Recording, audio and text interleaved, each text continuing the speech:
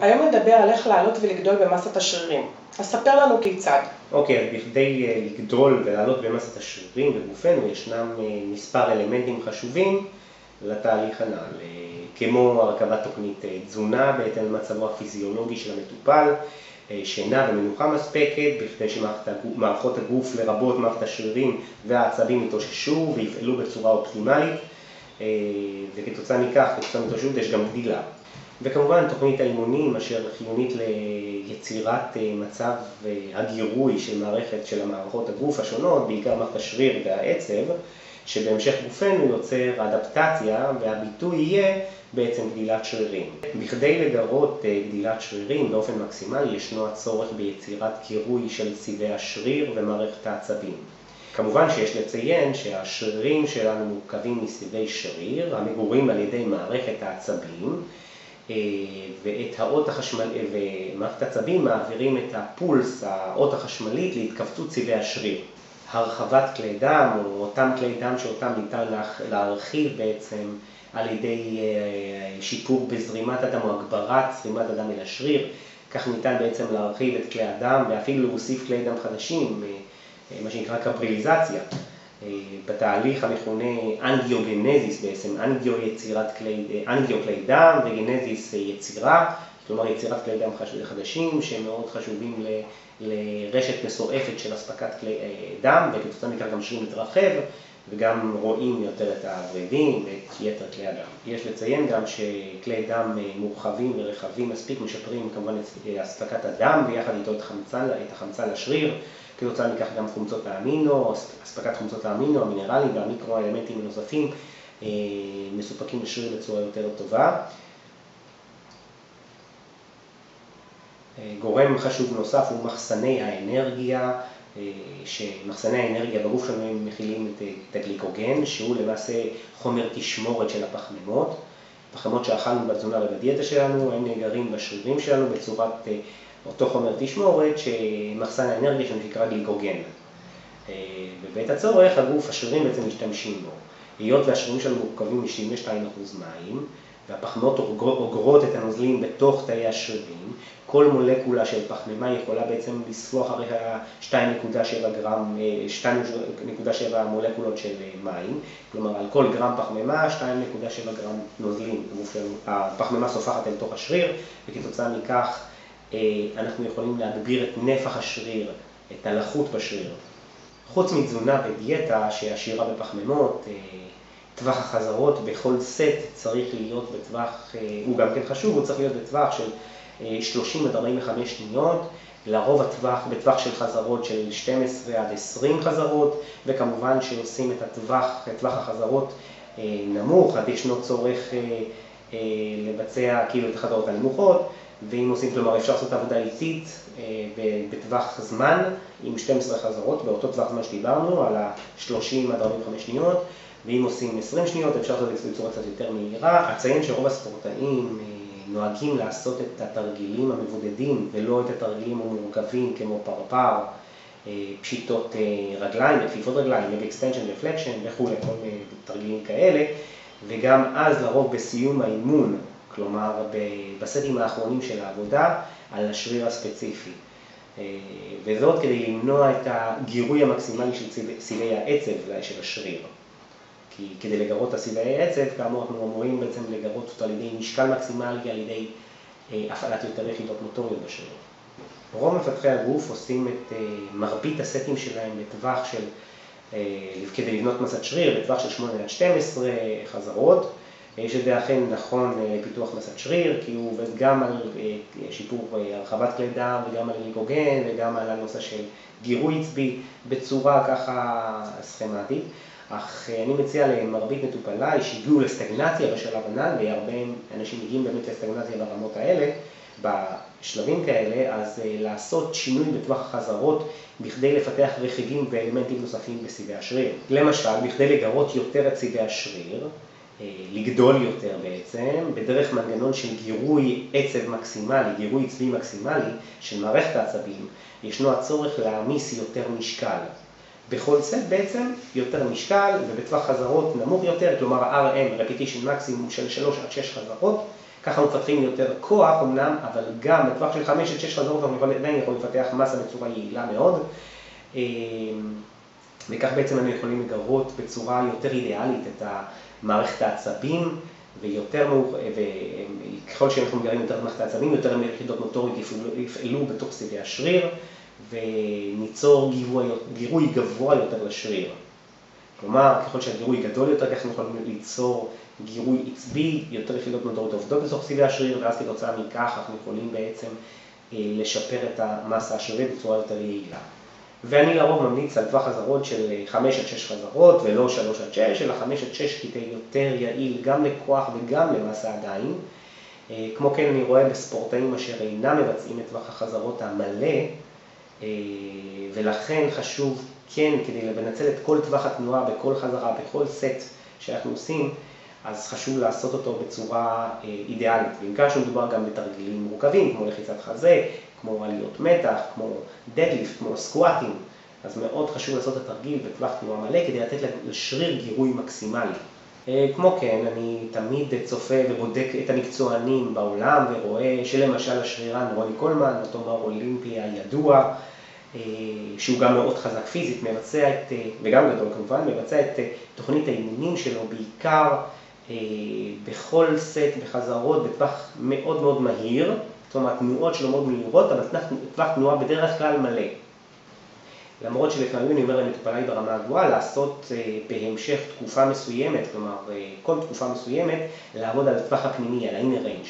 כלומר בטווח הפנימי ככה אנחנו יכולים ניתן להפעיל יותר יחידות מוטוריות בסוף סיבי השריר, למשל באימון שרירי החזה, ניתן לאמן טווח של חצי תנועה, כלומר מלמטה, מנגיעה בחזה ועד בערך חצי מהתנועה של הלחיצה ולא עד למעלה, זה הטווח הפנימי, ובעצם כתוצאה מכך אנחנו בעצם מפעילים יותר יחידות מוטוריות. אותו דבר לגבי סקואט, כלומר לא עד מצב של עמידה לגמרי, אלא ממצב של ירידה ועד למצב של בערך חצי, כלומר מין קפיצת צפרדע כזאת. דרך אגב, רוני קולמן עושה את זה הרבה פעמים בסקואט עם משקלים מאוד מאוד כבדים, או עשה את זה לפחות. בודי בילדרים ידועים שעשו את התרגילים האלה, זה מפרנקו קולומבו וארנולד ולו פריצ'נו, שהם עושים לחיצות בחצאי תנועה כמו שהסברתי, הם היו מאוד עובדים בשיטות האלה גם כן, אז לא סתם הגיעו גם כן תוצאות כאלה. וכך יותר יחידות מוטוריות בעצם עובדות בתוך סיבי השריר, כלומר אנחנו משקיעים פחות אנרגיה ומגרים את השריר יותר. עכשיו, ידוע שהטווח הקשה יותר, למשל של עבודת חזה, זה מלמטה ועד לכאן, וכל היתר זה יותר יד אחורית ופחות חזה. כלומר, יותר יחידות מוטוריות עובדות בשרירים בטווח הזה, ולכן הגירוי יותר מקסימלי. דיברת על הטווח הפנימי, אז אנא הדגם לנו אודותיו.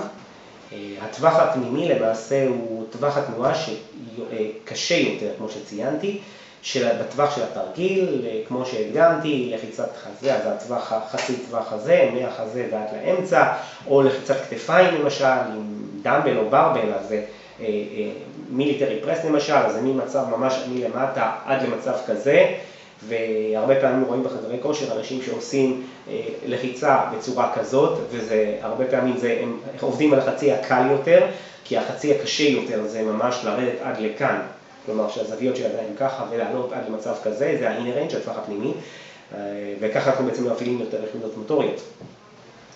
תנאי חשוב נוסף כאן הוא אי נעילת מפרקים, כלומר שלכל טווח התנועה בעצם העומס יהיה רציף על השריר ולא יעבור אל הפרקים עצמם. כשהם נועלים את המפרקים אז העומס יורד מהשריר ועובר לפרקים, כמו למשל לחיצת כתפיים, כשאנחנו עושים לחיצה, אז אם אנחנו דוחקים וכאן אנחנו נועלים את המרפקים, אז כבר רוב העומס יורד מהכתפיים ועובר לפרקים, והטווח הזה כאן, רוב העומס מכאן למשל עד לכאן, רוב העומס על הכתף ולא על הפרקים, הכתפיים והמרפקים. צריך להבין שבאימון אנו יוצרים בעצם פציעות מיקרוסקופיות, כלומר קטנות מאוד, בצורה מבוקרת מאוד, ובהמשך חשובה לנו התזונה שמספקת לנו את אבות המזון החשובים, כגון חלבונים, פחמימות, שומנים, מיקרו-אלמנטים אחרים, אשר מסייעים לנו בעצם להזנת השריר, ובהמשך חשובה לנו כאן ההתאוששות של השריר בשינה, במנוחה, ואז הוא בעצם גדל. כי באימון אנחנו מפרקים, אנחנו פוצעים אותו. בעצם מה שאמרתי ניתן להבין שככל שאנחנו עושים יותר פעמים את התהליך שדיברתי, שזה פציעה, הזנה והתאוששות יותר פעמים במהלך השבוע או במהלך החודש, ככה אנחנו מגבירים את התהליכים האנבוליים, אנחנו יכולים להגביר את העלייה מסת השריר, כלומר גדילה בצורה מהירה יותר מאשר לפצל את האימונים ל-A, B, C ו-D. אני רואה הרבה אנשים בחדרי הכושר, שבקושי התחילו להתאמן, חודשיים, שלושה, ועושים A, B, C או כל מיני דברים כאלה, ואז יוצא להם בערך פעם בשבוע או פעם וחצי בשבוע לעבוד על כל שריר, ואז הגירוי, מספר הגירויים הוא קטן יותר, וכתוצאה מכך גם כן העלייה במסת שריר תהיה נמוכה יותר.